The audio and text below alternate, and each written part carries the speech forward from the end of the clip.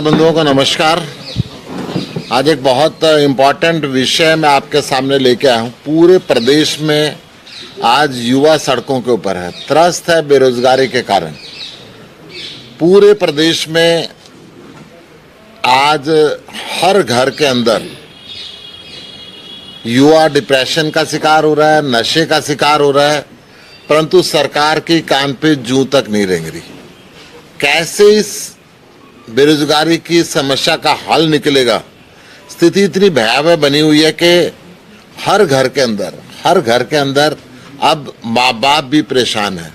जब घर के युवा, घर का चिराग बेरोजगारी की वजह से नशे पे चल पड़ा, बेरोजगारी की वजह से डिप्रेशन पे चल पड़ा, बेरोजगारी की वजह से आत्महत्या तक की बातें सोचने लगा, तो घर के बुजुर्ग परेशान हैं। कई जगह अब युवक देश और प्रदेश में रोजगार ना मिलने की वजह से अपनी जमीन बेच के अवैध तरीके से विदेश का रास्ता पकड़ रहा है। जहां पे बॉर्डर पे कई हत्याएं भी हुई हैं, वो घुस नहीं पाया और घर का चिराग बुझ गया। ये स्थिति हरियाणा के अंदर है। हरियाणा के अंदर 2 लाख से ज्यादा स्वीकृत पद खाली है, जिन पे हरियाणा सरकार कोई ध्यान नहीं दे रही।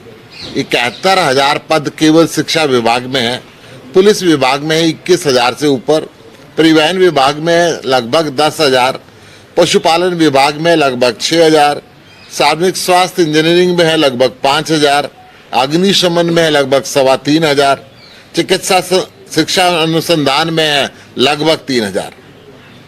सरकार इन पदों को नहीं भरती। सरकार आज अगर ईमानदारी से इन पदों को भरे तो हरियाणा की कुछ समस्या हल हो सकती है, परंतु खट्टर सरकार का कोई इस तरफ ध्यान नहीं है। केवल भ्रष्टाचार के अंदर डूबी हुई है। पेपर होते भी हैं तो नकारा जो कमीशन है, Haryana public service commission, paper leak करा देता है। पेपरों की गलती के कारण कूट में चला जाता है, भर्ती अटक जाती है, युवक फिर ओवरेज हो जाता है। ये सारी समस्याएं हैं। लगभग 30 बार से ऊपर पेपर लीक हुए खट्टर सरकार के राज के अंदर। ऐसा आज तक पूरे देश के अंदर कहीं नहीं हुआ जैसा हरियाणा के अंदर हो रहा है। एक चपरासी की पोस्ट एक निकलती है, लोग 4-4.5 हजार लोग उस पर अप्लाई करते हैं। पीएचडी MBA के लोग चपरासी की लाइन के अंदर खड़े हुए। और इस बेरोजगारी के कारण हरियाणा में 2021-22 के अंदर 3783 लोगों ने, युवाओं ने आत्महत्या की है, जो 2021 के मुकाबले में 2.5% अधिक है। और आत्महत्या का सबसे बड़ा कारण केवल और केवल बेरोजगारी की वजह से नशा बढ़ रहा है, और नशे में जाने के बाद डिप्रेशन में जा रहा है, डिप्रेशन के बाद वो आत्महत्या तक की बातों पे जा रहा है। आज पूरे प्रदेश के अंदर जब सरकार नौकरियां नहीं दे पा रही है तो 10,000 पढ़े लिखे युवाओं को मजदूर बना के सरकार इजराइल भेज रही है। उस युद्धग्रस्त क्षेत्र के अंदर भेज रही है जहां से सारी दुनिया के लोग अपने नागरिकों को निकाल रहे हैं। परंतु हरियाणा के मुख्यमंत्री हरियाणा के चिरागों को, पढ़े लिखे युवाओं को मजदूर बना के उस युद्धग्रस्त क्षेत्र के अंदर भेज रही है। ये बहुत ही शर्म की बात है। आम आदमी पार्टी इस प्रदेश के युवाओं के साथ खड़ी है। इस प्रदेश के युवाओं के समर्थन के अंदर 24 घंटे तैयार है। 7 तारीख को, इसी 7 फरवरी को हमने करनाल के अंदर मुख्यमंत्री के आवास का घेराव हरियाणा के युवाओं के साथ करेंगे और एक प्रदेश स्तरीय ये प्रदर्शन होगा। हाँ, क्योंकि हरियाणा का युवक इस निकम्मी सरकार को जड़ से उखाड़ कर फेंकने के लिए तैयार है। उन युवकों के साथ आम आदमी पार्टी के सभी प्रदेश स्तर के पदाधिकारी और पूरे प्रदेश से युवक आकर मुख्यमंत्री के आवास का घेराव करेंगे और रोजगार देने की मांग करेंगे। मेरे साथ में हमारे प्रदेश के उपाध्यक्ष BK कौशिक जी हैं, संगठन मंत्री आदर्शपाल जी हैं, हमारे जींद के जिला अध्यक्ष ढांडा जी हैं। कुछ आप बोलना चाहेंगे? सर, मैं तो केवल इतना कहना चाहूँगा कि 2019 के अंदर जब सरकार बनी तो भाजपा की केवल 40 सीटें आई थी और जजपा के साथ एक अनैतिक गठबंधन करके सरकार बनाई गई। तो जजपा ने एक बात कही थी कि जो हरियाणा में जो लोग लगेंगे वो 75% जो हैं हरियाणा के होंगे। आश्चर्यजनक बात यह है, गौरतलब कि आज हरियाणा के अंदर डोमिसाइल देने की जरूरत नहीं है। आप सबको ज्ञात होगा कि डोमिसाइल के स्थान पर एफिडेविट कर दिया, सिंपल एफिडेविट दो और हरियाणा का नागरिक बन सकता है। तो इससे क्या है कि बाहर के लोग, पीछे सर ने बताया था एक प्रेस कॉन्फ्रेंस में कि जो लगते हैं वो बाहर के लोग ज़्यादा लगते हैं, हरियाणा के कम लगते हैं।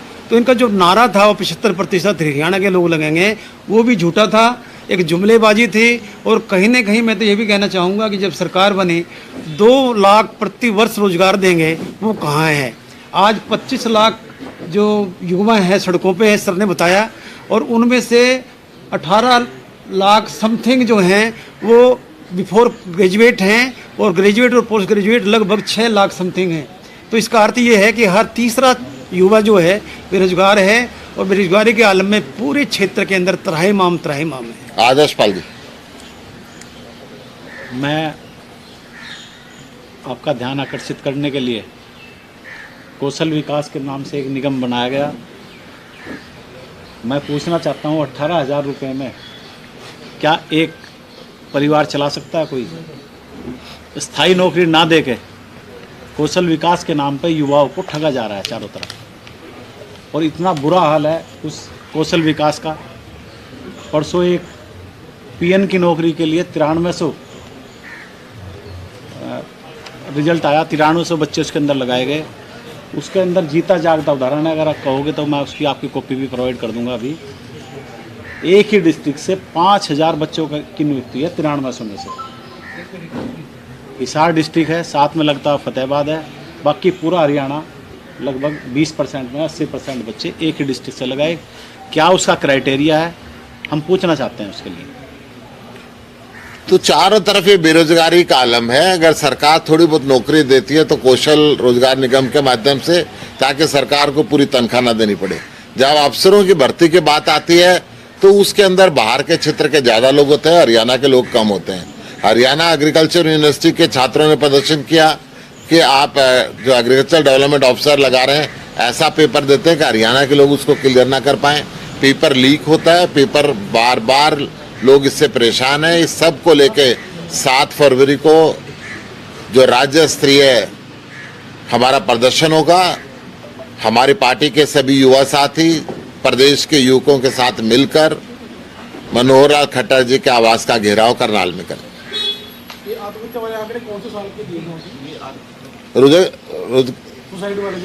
सुसाइड वाले आंकड़े 2021-22 के भी है और 2022-23 के भी है।